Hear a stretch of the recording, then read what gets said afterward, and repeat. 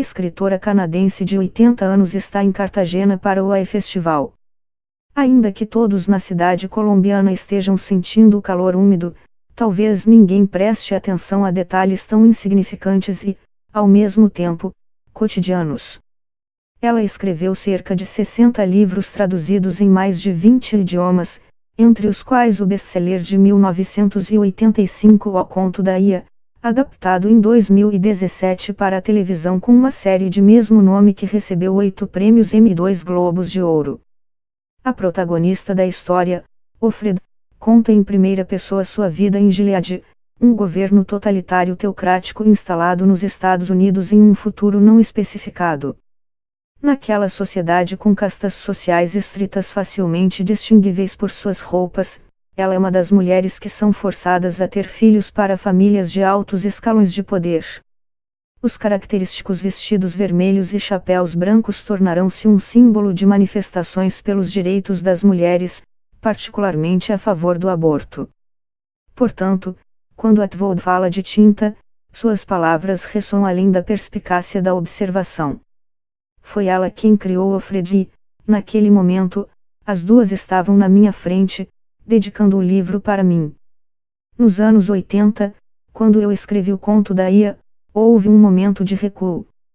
O direito religioso fazia parte desse revés nos Estados Unidos e conseguiu derrotar a Emenda dos Direitos Iguais, que busca incluir a igualdade de gênero na Constituição. Escrevi o livro para fazer várias perguntas, por exemplo, se os Estados Unidos tivessem um totalitarismo ou uma ditadura, de que tipo seria? Seria comunista? Seria chamada de fascista? Não, seria religiosa. A Europa teve suas guerras religiosas no século XVII, portanto, não é provável que ela tenha uma guerra civil religiosa novamente. Ela teria outro tipo de guerra civil? Nos Estados Unidos, essa religião não seria a da Igreja Católica. Eles se livrariam dos católicos. A religião seria algo como um programa fundamentalista puritano. Portanto, a primeira pergunta é que tipo de ditadura seria e a próxima, como isso tomaria forma, como eles eliminariam a Constituição, que é algo que eles parecem estar fazendo agora de qualquer maneira. Em outras palavras, estou muito interessada em como as ditaduras e os totalitarismos evoluem. Por que estou interessada nisso?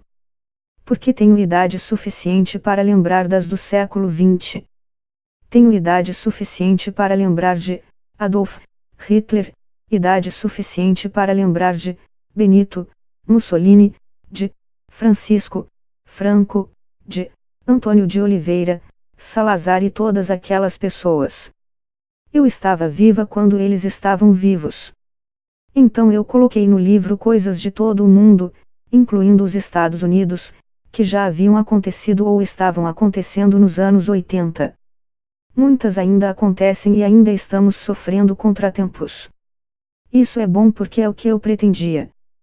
Não queria que ele fosse muito específico sobre nenhum país.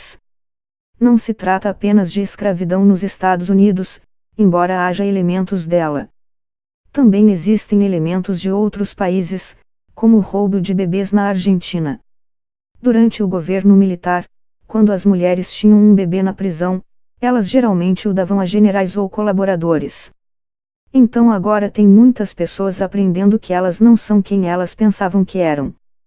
Quando as pessoas têm medo e se sentem ameaçadas, tornam-se conservadoras e dispostas a renunciar aos direitos civis em troca de segurança.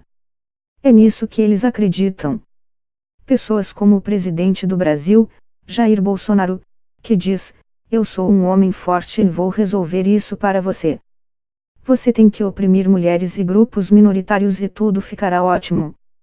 Os republicanos, durante as últimas 3 eleições presidenciais, disseram coisas muito peculiares sobre mulheres, coisas baseadas em ideologia e não em biologia. Eles fizeram declarações absurdas como que, se te estuprassem e você engravidasse, não foi estupro, porque o corpo feminino tem mecanismos para impedir gravidez em caso de estupro.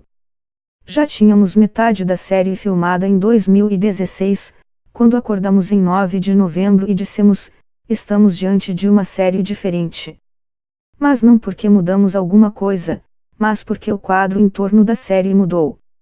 A série ia parecer diferente. Em abril de 2017, estrearmos e muitas pessoas pensaram, é isso que vai acontecer, embora talvez sem as roupas.